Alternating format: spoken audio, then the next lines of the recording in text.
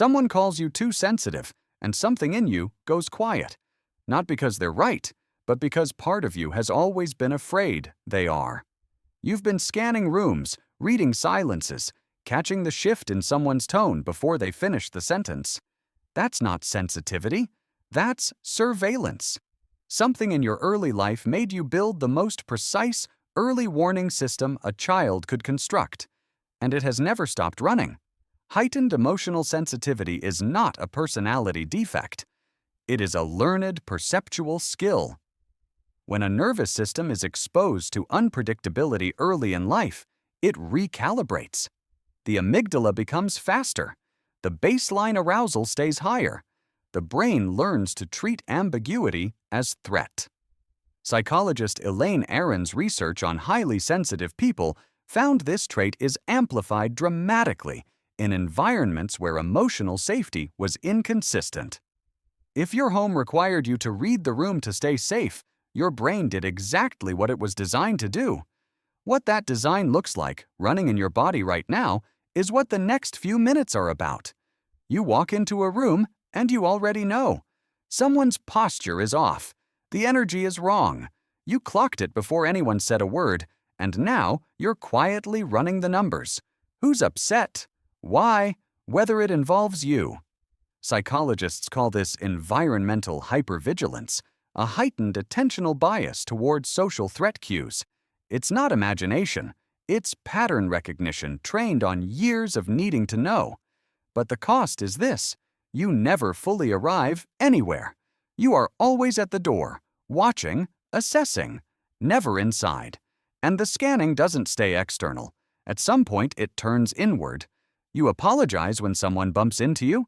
You say sorry before you've even finished a sentence, preemptively, reflexively, before anyone has shown a single sign of being upset. This is called anticipatory appeasement, diffusing a conflict that hasn't started yet.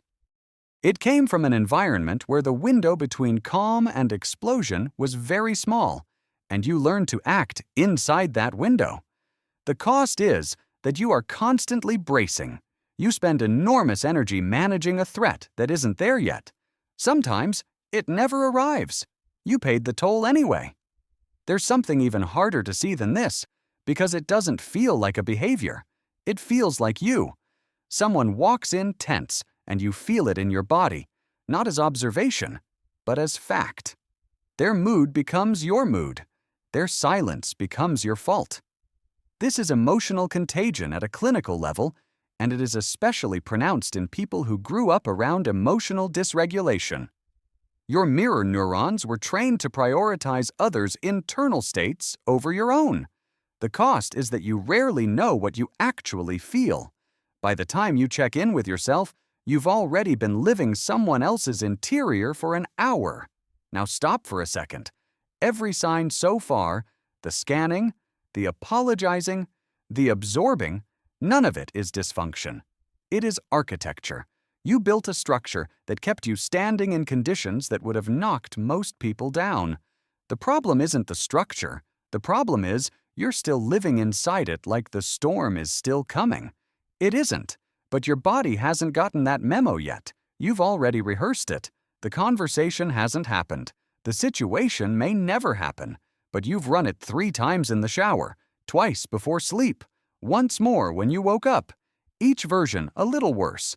Not because you're anxious, because you're preparing. Your nervous system stopped knowing the difference a long time ago. This is anticipatory simulation, a survival habit left over from environments where being unprepared meant pain. It exhausts you, not because you're weak, because you have been running a threat detection program on full power for years, and no one ever showed you the off switch. But here's where it gets strange, because the hardest part isn't what you do for yourself. If someone near you is unhappy, it's yours to fix. Not because you chose it, because you feel it as pressure, physical, urgent. Their sadness lands on you like responsibility. Their anger feels like instruction. This pattern has a name, emotional caretaking, and it often develops in children who were parentified, or whose emotional labor kept the household from fracturing. You learned that love meant managing, that staying close meant staying useful. What it costs you now is simple and devastating. You don't know how to be near someone without working. You've never just been there. You've always been doing something. The last one is the most disorienting because it makes the good feel wrong. Calm unsettles you. A quiet week and you're waiting. Things are fine and you're suspicious. No conflict means something's hidden. You've been at peace before. It didn't last. So now peace itself reads as the wrong kind of silence, the kind that precedes the thing. This is nervous system conditioning. When chaos was the baseline, calm feels like the anomaly, like a warning, not the reward. You cannot rest when you are safe. You can only rest when you are braced. And somewhere underneath all of it, you already know. You have never once just let yourself have the good thing without first preparing to lose it. The first thing to understand is that your sensitivity was never the problem. The absence of safety was. What shifts is not becoming less perceptive. It is learning that perception can be a choice, not a reflex. The apologies, the scanning, the caretaking, these were forms of love directed at survival. You can redirect them, not by suppressing them, but by noticing them before they deploy, and asking honestly who in this moment actually needs this from you.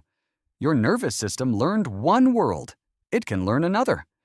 Not through willpower, through the slow accumulation of safe experiences your body actually believes, repeated until they become the new evidence.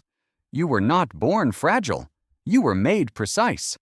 There is a difference between someone who feels everything and someone who was trained to feel everything first, fastest, in order to survive. You did not develop sensitivity as a weakness. You developed it as language, a way of reading a world that did not announce its intentions. That skill kept you intact when nothing else could. What you are carrying is not a flaw to fix. It is a story to finally read clearly. What would change if you stopped, even for one ordinary Tuesday, treating your own sensitivity as the problem? If you know someone who has been called too sensitive their whole life, send them this. They need to hear it more than you know.